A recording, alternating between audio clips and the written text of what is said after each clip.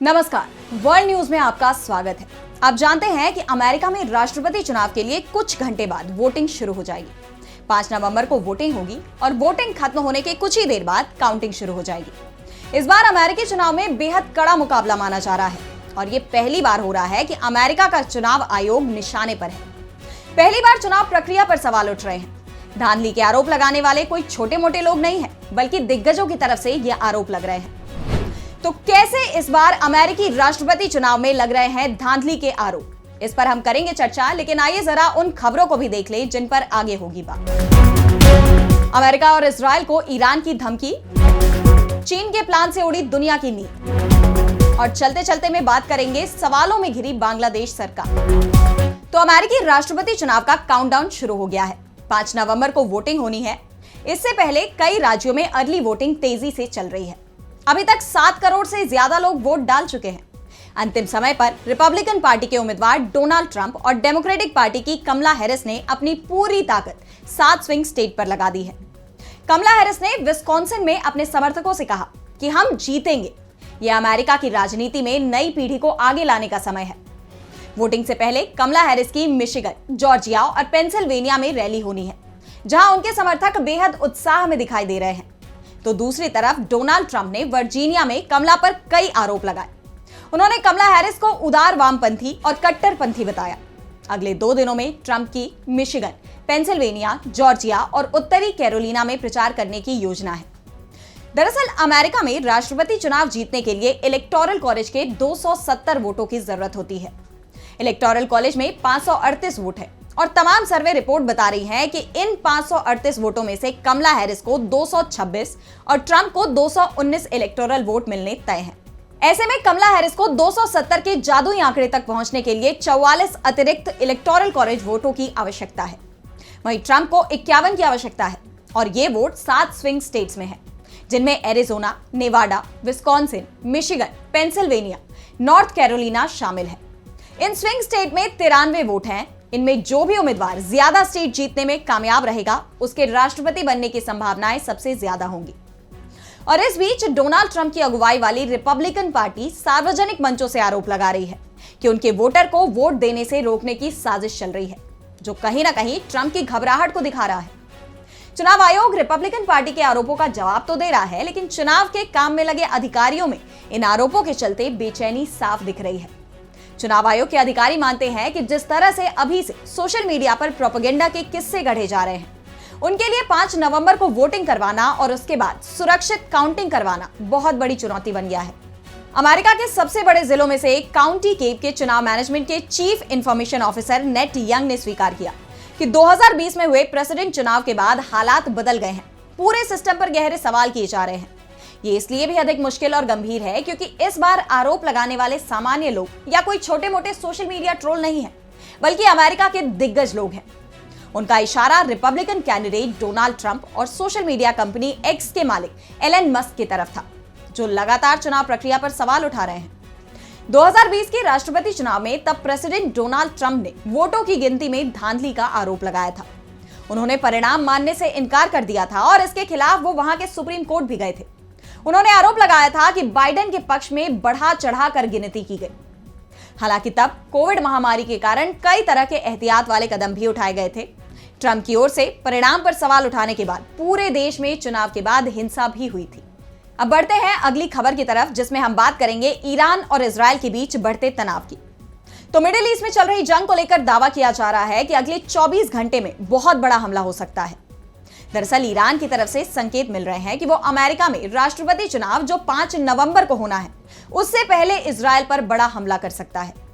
Iran के supreme leader Khamenei ने Israel और अमेरिका को कड़ी चेतावनी देते हुए कहा कि दुश्मन चाहे इजराइल हो या फिर अमेरिका, जो भी ईरान और उसके सहयोगियों को चोट पहुंचा रहा है, उसे करारा जवाब मिलेगा। उन्होंने जवाबी कार्रवाई के समय या दायरे के बारे में विस्तार से नहीं बताया, लेकिन ईरान के इस बयान के बाद से इजराइल पर हमले का खतरा मंडराने लगा है। खामेनेई के एक सलाहकार ने संकेत दिया कि ईरान अपनी बैलिस्टिक मिसाइलों की रेंज को बढ़ाने पर विचार कर सकता है और अपने परमाणु सिद्धांत की समीक्षा भी कर सकता है। दावा तो यहां तक किया जा रहा है कि खामेनेई ने ईरान की सेना को इजराइल पर निर्णायक हमला करने का आदेश भी दे दिया है। ऐसे में सवाल उठ रहे हैं कि क्या यह निर्णायक हमला एटम बम हो सकता है? ईरान की धमकी के बाद अमेरिका एक्टिव हो गया है। अमेरिका ने ईरान से इजराइल की रक्षा बढ़ाने के लिए अपने परमाणु बॉम्बर B-52 को मिडिल ईस्ट में तैनात करने का फैसला किया है। B-52 बम वर्षक की तैनाती से न केवल ईरान के हमले को रोका जाएगा, बल्कि इजराइल को जवाबी कार्रवाई करने में भी मदद मिलेगी। इस बीच गजा और लेबनान में इजराइल के हमले जारी हैं। गजा पट्टी में नुसीरात शरणार्थी शिविर पर इजरायली हवाई हमले में कम से कम 42 फिलिस्तीनियों की जान चली गई और 150 से अधिक लोग घायल हो गए हैं। फिलिस्तीनी सुरक्षा सूत्रों ने बताया कि इजरायली सेना ने विमान और तोपखाने दोनों की मदद से नुसीरात में बसे हुए घरों पर बमबारी की। गजा सरकार के मीडिया कार्यालय ने हमलों की निंदा की और कहा कि यहां बच्चों और महिलाओं सहित नागरिकों को जानबूझकर निशाना बनाया गया। इस बीच यूएन की तरफ से भी गजा की स्थिति को लेकर चिंता जताई गई है और एक रिपोर्ट में यहां तक कहा गया है कि गजा में हर व्यक्ति की जिंदगी संकट में है, कोई भी यहां सुरक्षित नहीं है। गजा में चल रही लड़ाई में इजरायली सेना के 2 सैनिक की जान जाने की खबर है। इस प्रकार से 7 अक्टूबर 2023 से जारी लड़ाई में जान गंवाने वाले इजरायली सैनिकों की संख्या बढ़कर 780 हो गई है। इजरायल ने लेबनान में भी बमबारी की है, तो लेबनान से हिजबुल्लाह ने इजरायल पर पलटवार किया है। हिजबुल्लाह ने टीरा शहर को निशाना बनाते हुए कई रॉकेट दागे, जिससे साफ है कि इजरायल अभी तक हिजबुल्लाह की ताकत को खत्म नहीं कर पाया है। अब बढ़ते हैं अगली खबर की ओर। तो अमेरिका से बढ़ते तनाव के बीच चीन ने पहली बार 2 एयरक्राफ्ट कैरियरों के साथ युद्धाभ्यास किया है। इस युद्धाभ्यास में दर्जनों दूसरे युद्धपोत, पनडुब्बियां और लड़ाकू विमान शामिल थे। इसे चीन का शक्ति प्रदर्शन माना जा रहा है। दरअसल चीन ताइवान को लगातार घेरने की कोशिश कर रहा है और इस युद्धाभ्यास को भी इसी से जोड़कर देखा जा रहा है।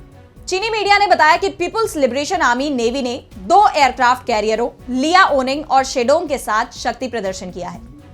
सरकारी टीवी चैनलों पर इस युद्धाभ्यास के वीडियो जारी किए गए। रिपोर्ट में सिर्फ इतना बताया गया कि यह अभ्यास दक्षिण चीन सागर में आयोजित किया गया है, लेकिन उसकी लोकेशन को सार्वजनिक नहीं किया गया। इससे पहले अमेरिका और भारत 2 एयरक्राफ्ट कैरियरों के साथ युद्धाभ्यास कर चुके हैं। इस बीच खबर यह आ रही है कि चीन अब ऐसा रहस्यमयी एयरक्राफ्ट कैरियर बना रहा है जो दुनिया में अपनी तरह का पहला एयरक्राफ्ट कैरियर होगा। सैटेलाइट तस्वीर के जरिए इसका खुलासा हुआ है।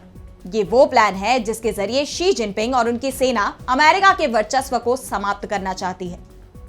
वैसे तो चीन के पास दुनिया की सबसे बड़ी नौसेना है, लेकिन अमेरिका की टेक्नोलॉजी के आगे वो कमजोर पड़ता है। अमेरिकी सेना कई लड़ाइयों में हिस्सा लेती रहती है, लेकिन चीन ने कोई भी बड़ा युद्ध लंबे समय से नहीं लड़ा है। इस बीच सैटेलाइट तस्वीरों से पता चला है कि चीन खतरनाक एयरक्राफ्ट कैरियर बना रहा है। इस एयरक्राफ्ट कैरियर का निर्माण गुआंगडोंग के शिपयार्ड पर हो रहा है। प्लैनेट लैब की ओर से 23 अक्टूबर को सैटेलाइट तस्वीर जारी की गई। तस्वीर से साफ है कि इस एयरक्राफ्ट कैरियर की बनावट और आकार बहुत अलग है। ये चीन के दूसरे एयरक्राफ्ट कैरियर से बिल्कुल अलग है। और अब चलते चलते में बात करेंगे सवालों में घिरी बांग्लादेश सरकार की। तो बांग्लादेश की पूर्व प्रधानमंत्री शेख हसीना के खिलाफ बगावत क्यों हुई? क्या यह साजिश थी? वैसे बांग्लादेश की कार्यवाहक सरकार के प्रमुख सलाहकार मोहम्मद यूनुस तो खुद ही इसका खुलासा कर चुके हैं कि किस तरह से पूरी साजिश रची गई थी। लेकिन शेख हसीना ने सत्ता से हटते ही इसके पीछे सीधे सीधे अमेरिका का हाथ बता दिया था। उन्होंने दावा किया था कि अमेरिका बांग्लादेश के सेंट मार्टिन द्वीप पर सैन्य अड्डा बनाना चाहता था। वो इसे अपने अधीन चाहता था। 99 साल की लीज पर अमेरिका को सेंट मार्टिन द्वीप दिया जाए, इसके लिए दबाव बनाया जा रहा था। लेकिन हमने बांग्लादेश की संप्रभुता से समझौता नहीं किया और अमेरिका को सेंट मार्टिन द्वीप देने से इनकार कर दिया। और इसी के चलते अमेरिका ने बांग्लादेश में तख्ता पलट करा दिया। अब सोशल मीडिया पर रिपोर्ट सामने आ रही है कि बांग्लादेश की अंतरिम सरकार ने अमेरिका के साथ डील कर ली है। फेसबुक पर एक यूजर सुशांत दास गुप्ता ने डील की कथित कॉपी शेयर करते हुए लिखा कि deal done, Saint Martin gone. Bangladeshi अखबार ढाका ट्रिब्यून ने इस बारे में डिटेल रिपोर्ट पब्लिश की है। इस पोस्ट के वायरल होने के बाद अंतरिम सरकार सफाई पर सफाई दे रही है। मुख्य सलाहकार मोहम्मद यूनुस के प्रेस विंग ने कहा कि इस द्वीप को लेकर वर्षों से बांग्लादेश की सेना और अमेरिकी सेना के बीच बातचीत चल रही है। इसे लेकर बीते साल 14 से 16 अगस्त के बीच 7वें दौर की बातचीत हुई। इस बातचीत को लेकर जो भी पोस्ट वायरल हो रहे हैं वो केवल मीम है। ये सभी बातें अफवाह हैं। यानी सफाई देते हुए सरकार ने मान लिया है कि अमेरिका के साथ इस द्वीप को लेकर डील पर बातचीत चल रही है। तो आज इस बुलेटिन में इतना ही। अब मुझे दीजिए इजाजत और आप बने रहिए डीवी लाइव के साथ। नमस्कार।